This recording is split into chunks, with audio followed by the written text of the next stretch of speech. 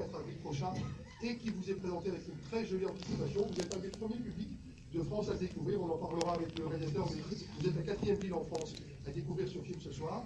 Un très joli cadeau que le distributeur Apollo vous fait, que ce cinéma, le Kinépolis, ici à Mulhouse, vous fait, que la prestation cinéologue vous offre également. C'est une soirée exceptionnelle aussi parce que l'équipe est présente, c'est assez rare à Mulhouse, et c'est un plaisir de vous accueillir. Ils sont deux, ils sont venus. Il y a le réalisateur et l'acteur principal. Alors je vous propose qu'on commence par accueillir celui qui signe son 17e film. C'est un garçon qui est à la fois le scénariste et le metteur en scène de Victor et Célia. Merci d'accueillir Pierre Jolivet. Bonsoir. Merci à vous d'être là. Et alors Pierre n'est pas venu seul, il a eu envie de vous faire une surprise, il avait envie de vous faire un cadeau. Alors c'est plus un cadeau qu'une surprise, parce que vous le savez, vous êtes aussi en partie là pour lui. C'est un garçon qu'on voit de plus en plus souvent au cinéma, c'est un garçon qui est en train de percer et d'être une valeur sûre du cinéma français. Ce soir, vous allez le voir à l'écran dans le rôle de Victor. On a essayé Célia, mais Victor lui allait mieux. Merci d'accueillir Arthur Dupont. Je suis pas d'accord, oh là, il part très bien ce micro. Bonjour. Célia, ça m'irait bien peut-être. C'est non-binaire. Les deux, allez, ouais. Est-ce qu'on peut monter encore un peu mon micro? C'est le micro d'Eli qui n'a pas l'air de marcher très bien. Moi je prends tout le Allô, allô? Allô? Ah, c'est mieux moi. Ouais, Qui est à l'appareil? Oui. Est-ce que vous m'entendez quand je parle? Je ne vais pas qui porte. Vous m'entendez? On va se parler plus fort. Si. Trop même, non? S'il le faut. Bonsoir Pierre, bonsoir Arthur, merci beaucoup d'être là. On est ravis de vous accueillir. Merci d'avoir fait le trajet pour être présent, notamment dans cette soirée cinélogue. Donc, je le disais tout à l'heure, c'est une des premières villes de France dans lesquelles vous êtes, Pierre, non? Oui, ça c'est la 3e, je crois. Enfin, c'est le début de ce qu'on appelle une tournée. Vous savez, avant qu'un film sorte, on fait une tournée et c'est le début de la tournée. Voilà. Donc vous avez intérêt quand même à réagir bien, quoi. Hein, je vous mets à l'aise, mais il faut quand même faire un effort, quoi. Parce que Pierre reste dans la salle, il se met au fond. Et Il note les moments où vous ne riez pas au bon moment. Voilà. Surtout, vous les attendez à temps. Évidemment. Voilà. Et alors, bon, très rapidement, Pierre, on ne va pas leur révéler le détail de l'intrigue. Enfin, la fin quand même, parce que la fin elle est vraiment bien. Le mec décède quand même, donc c'est quand même pas, c'est pas rien. Ça vous éviter d'être stressé pendant 1h30. Ouais. Vous racontez la fin. Déjà que les bandes annonces racontent tout, alors autant qu'on raconte tout aussi. Bah, c'est une bande annonce vivante. C'est ça le charme des avant-premières, c'est qu'on connaît la fin du film. Ouais, on peut tout vous raconter. Bon, on plaisante, c'est parce qu'on... On est bien à Mulhouse, c'est pour ça. Non, c'est parce qu'on a bu 2 mojitos avant de venir. La Mirabelle est très bonne. Elle est pas de Lorraine, Il faut être honnête. mais l'Alsacienne, elle est très bonne. Ils ne connaissent pas le mot Lorraine. Ah oui, c'est ça. Oh là là, putain. On attendait au Ça n'a café pas ri. pendant 1 heure, voilà, à un moment... Voilà. Bon, bah alors Pierre, on va profiter de cette bonne humeur pour évoquer le point de départ de ce film. Très rapidement, vous rentrez dans un salon de coiffure, vous faites la connaissance de 2 coiffeurs et vous vous dites, tiens, là j'ai un sujet. Voilà, c'est en bas de chez moi, ils ouvraient un petit salon de coiffure, 2 jeunes gars, c'est leur première semaine, j'étais quasiment seul. Et je leur dis, mais c'est joli ce salon. Et tout d'un coup, ils me racontent leur vie en fait. Ils me racontent qu'ils travaillaient dans les grandes franchises, qu'ils ont décidé de s'endetter pour 20 ans et de créer leur petit salon de coiffure à eux, un salon qui leur ressemble, un salon qui leur donne envie de travailler tous les matins. Et ils me racontent tous les emmerdes qu'ils ont eu. Et Dieu sait que c'est difficile de créer une petite entreprise, un petit salon de coiffure, voilà. Et plus ils me racontent leurs emmerdes, plus moi j'ai tendance à me marrer. Et au fur et à mesure, je commence à prendre des notes, je me dis, mais j'ai envie de raconter en fait ce combat, quoi. C'est une aventure, c'est un combat. C'est 2 garçons et j'ai l'impression qu'ils sont en couple. C'est un couple gay. En fait, je me trompe complètement. Et ils commencent à me raconter leur vie. Ils disent, bah, moi, ma femme, elle ne voulait pas. Là, elle s'est dit, mais tu rends compte, tu gagnes 1800 par mois, pourquoi tu vas créer ton salon? Et puis plus ils racontent, plus ça me plaît, et plus je me dis, mais c'est intéressant que ça soit une histoire d'amour. Et donc l'histoire d'amour commence à pointer son nez, puis l'amour gagne toujours à la fin. Donc l'amour gagne sur le sujet social, et c'est le mélange des deux, c'est ces 2 événements dans une vie quand même, qui ne sont pas neutres. Quand on crée son entreprise, moi quand j'ai créé ma boîte, j'avais 30 ans, de ma boîte de prod, j'habitais 17 mètres carrés, je n'avais pas un rond, je me suis endetté, et c'était un moment important de ma vie, je sentais que je prenais une initiative forte, quoi. Et en même temps, j'ai rencontré la femme de ma vie, donc j'ai essayé de raconter ces 2 moments forts dans une vie. Et alors, on sait maintenant comment ce projet est né, mais on va s'intéresser à la facilité avec laquelle vous l'avez pris en main, ce rôle. Vous lisez le scénario, vous vous dites, tiens, c'est Pierre Jolivet, ça va m'intéresser, parce qu'on sait la qualité des scénarios qu'il propose habituellement. Qu'est-ce qui vous donne envie d'interpréter le personnage de Victor plutôt que celui de Célia? C'est une question très précise.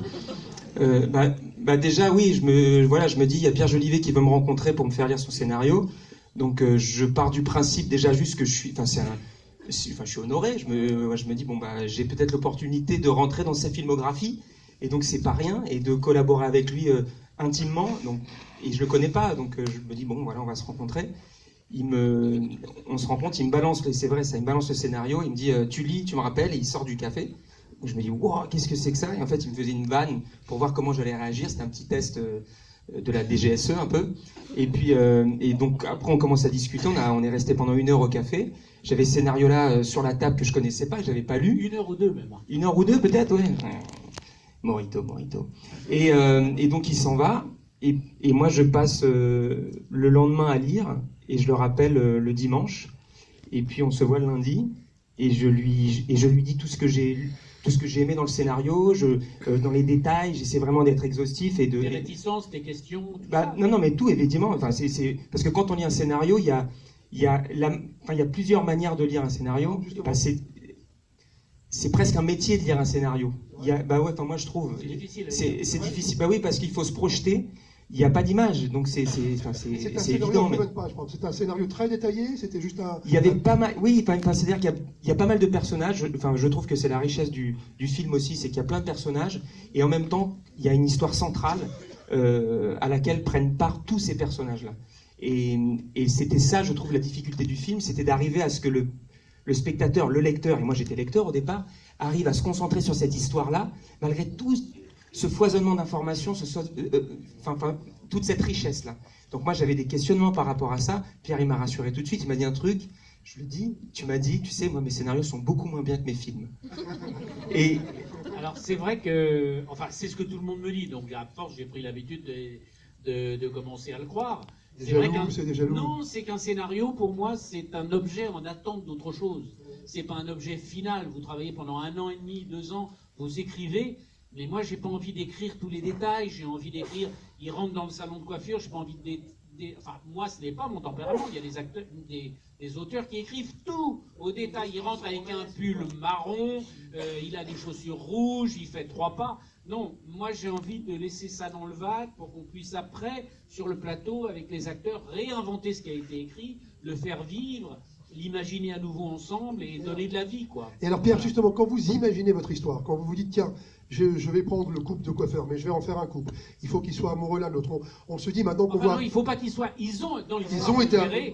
vous le verrez très vite. Ouais, ils vont le voir. Ils se sont connus 10 ans avant, ils ont vécu une histoire d'amour à l'école de coiffure. Pas trop d'infos, pas trop d'infos. Et à un moment, voilà, ils se tuent l'un l'autre, lui se fait harakiri, et elle se jette sous un train. Mais ça, c'est au début. Vous pouvez changer de scène, vous avez vu le film. Le truc magique, c'est qu'ils sont encore vivants. Et voilà. Avec un seul billet, vous faites 2 films. Il vous en raconte un, vous envoyez un autre. Mais alors, très, très vite, quand vous imaginez ce film, là maintenant, on voit Alice Belaïdi, on voit Arthur Dupont, et on se dit c'était eux. Mais vous, quand vous l'écrivez, est-ce que vous pensez immédiatement à ces acteurs? Pas du tout. Je connais pas Arthur, je connais pas Alice. À qui vous avez pensé alors? J'écris en pensant à personne. J'écris, et puis tout d'un coup, parce qu'il m'est arrivé d'écrire pour des acteurs qui ont dit oui, il m'est arrivé d'écrire pour des acteurs qui ont dit non. Beaucoup plus souvent oui que non. Mais ça m'a quand même un peu traumatisé. Donc j'écris sans penser à personne, et puis je rencontre quelques acteurs, dont Arthur, et Alice, la même après-midi, je vais passer 2 heures avec Alice. Je ne les connais ni l'un ni l'autre, et je rentre, je dis à ma femme, j'ai croisé Victor et Zélia. Voilà, je les ai vus, c'est eux, ils respirent comme eux, c'est eux. Voilà, et donc là, je passe 48 heures à attendre, en me disant, est-ce qu'ils vont rappeler, est-ce qu'ils vont aimer le scénario, et voilà. Et les deux m'appellent à 2 heures de différence l'un l'autre. Et ils disent oui tous les deux. Et bien alors Arthur, est-ce que vous saviez déjà quand vous avez dit oui, est-ce que vous saviez qu'Alice avait dit oui?